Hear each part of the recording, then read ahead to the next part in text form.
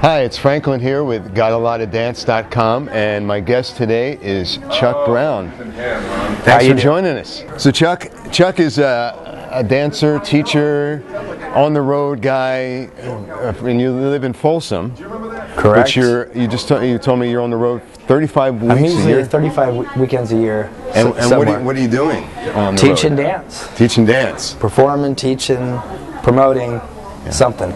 So we're here at Swingfest in Monterey, and you're teaching this event? I'm not teaching this one. This is my relaxing event. Oh, this is your have This fun. is one of the ones I really like to relax at. It's actually the first event I ever attended about 17 years ago.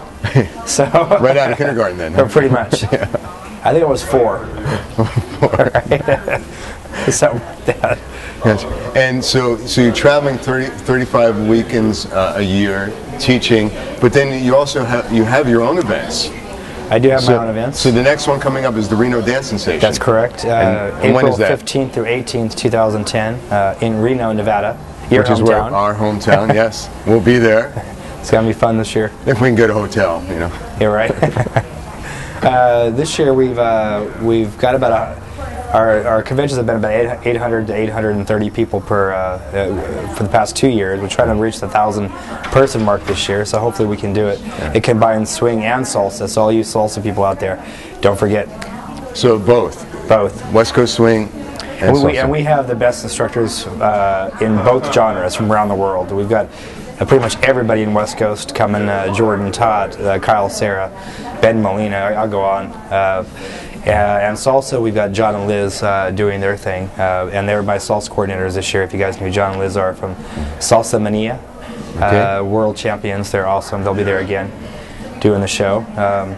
So is it a good, like for me who I've been just learning? I've been learning for the last year, but suppose I want to learn salsa. Is it someone who wants a beginner, or do you have to know what you're doing?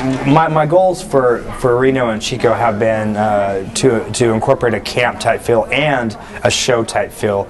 So we have 85 workshops included, and this year we're implementing a beginning bootcamp type program where we have nothing but we have some classes that are only dedicated to people who have never danced before. Okay. Which going to these events sometimes I can see where it can be very intimidating, seeing people have been dancing for 4 to 5 years. Right. Makes you not want to get on the floor. So I've implemented both a section for brand new basic dancers and for Allstars and Champions who want to improve their dancing as well. It's going to be by invitation only as well. So those are the 2 new tracks we have. So you've got a good variety then, it sounds like. Hip-hop, Argentine tango, cha-cha, nightclub. We have a lot of good classes.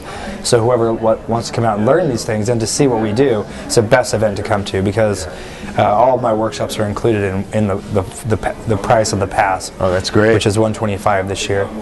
Very affordable. Yeah. That's great. It's not bad. And, let me ask you, now I see a wide variety of ages. What's been your experience with the younger people coming up? Do you see a lot of new young people coming in, and what's attracting them?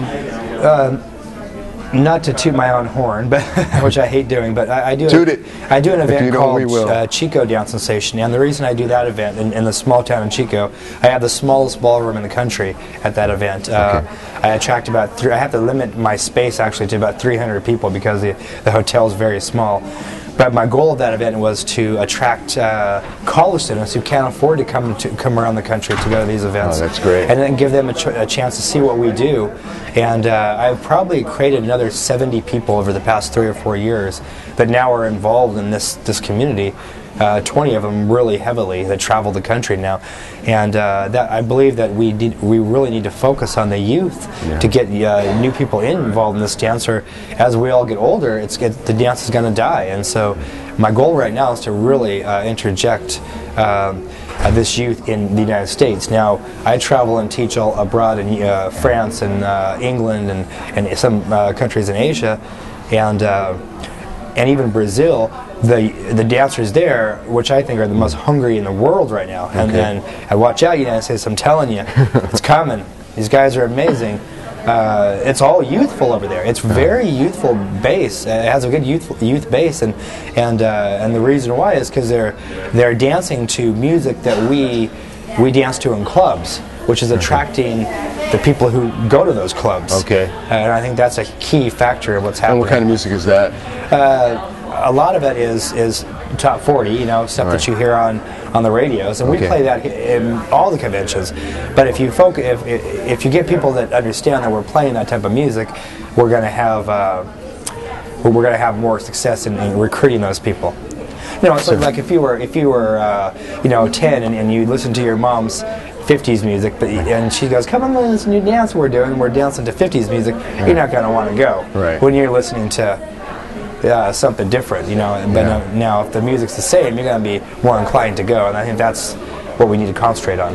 I think it's great. Now, so you're going over abroad quite a bit to Europe, and mostly Europe right now. Mostly Europe. Yeah. So what's the West Coast swing movement like over there? I tell you guys, West Coast swing over there is ridiculous, and I'll just give you a little story here if you guys want a story. Sure. I went over there for 8 weeks this past summer, and people, they break their levels down, their classes down by levels, level 1, 2, 3, and 4.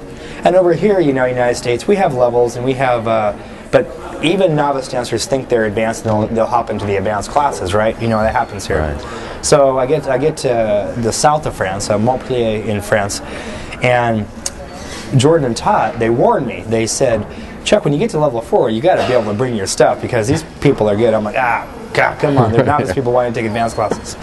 So I get to level 3, and I'm teaching hard material, very hard technical material, and hard patterns, and they're ad-libbing and adding to my work. And I'm like, oh my God, what am I going to do? Right. This is level 3. This is level 3. So I get to Lyon, which is another city, and that's where I'm teaching my level 4 classes. And so I called my good friend over there, Verhan. She lives in Montpellier, and so she comes up and said, "You got to get on the train now. I'm paying your ticket. Get up here, and we're going to do a routine quickly." And so we did, and I brought it really hard. I mean, aerials, flips, everything, and all the tricks and all the very, very hard technique. You know, the double pirouettes, the triple pirouettes, and they got it. And there are people I'm warning you guys. There are people over there right now that are dancing champion level that have never set foot on U.S. soil. Wow. And they're coming.